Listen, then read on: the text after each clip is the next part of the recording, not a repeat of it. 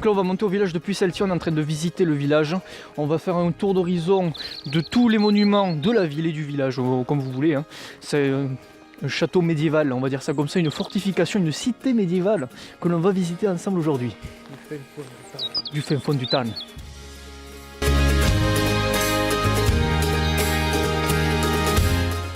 Ici est présente la tour dite de la prison, donc qui est là qui est censée protéger la porte de l'Hérissou, la première porte qui est juste derrière moi. Et donc cette tour a la particularité de ne pas être ronde ni carrée, ce qui est assez rare pour une fortification de ce type.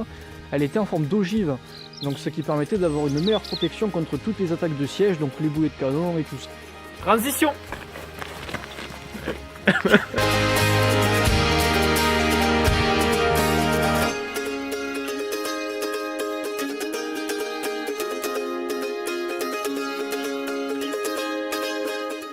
On se retrouve ici à la deuxième porte de l'Hérissou, donc la dernière, l'ultime défense, qui était composée d'une grosse porte en bois. Il n'y avait pas de herse, pas de pont-levis, juste une grosse porte en bois. On continue pour la suite.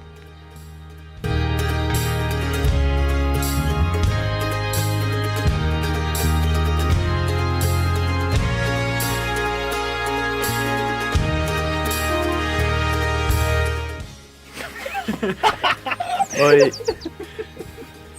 Top. Donc le village de Puy-Celtier est entouré de 800 mètres de remparts.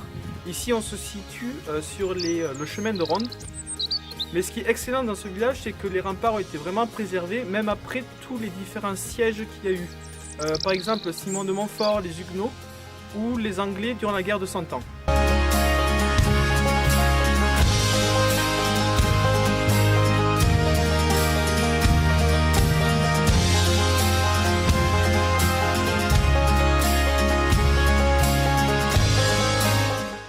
Ici l'ancienne gendarmerie de Puy-Celtier, donc il y a un rez-de-chaussée en pierre et un étage avec un encorbellement de briques.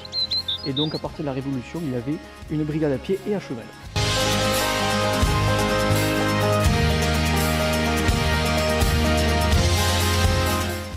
Nous nous trouvons à présent devant la maison commune ou la première mairie de Puy-Celtier, où fut d'ailleurs le premier maire du village en 1790.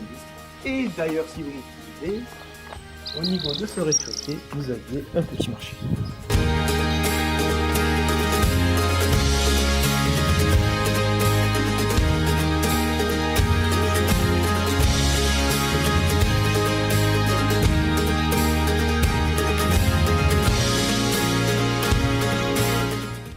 L'église Saint-Corneille a été érigée fin 14e siècle, début 15e, sur une ancienne église entourée de deux cimetières, dans un style gothique méridional.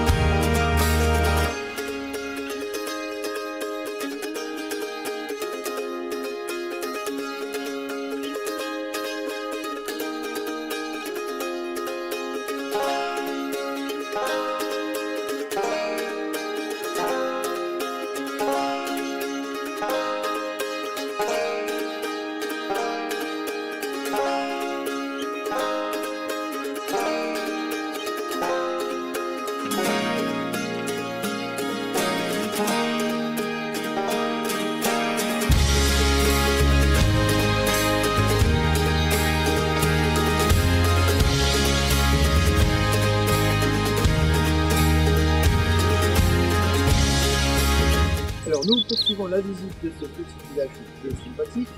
Juste derrière moi se trouve la chapelle Saint-Roch qui était édifiée en 1703. Donc un remerciement au ciel des villageois pour avoir été protégés de la peste.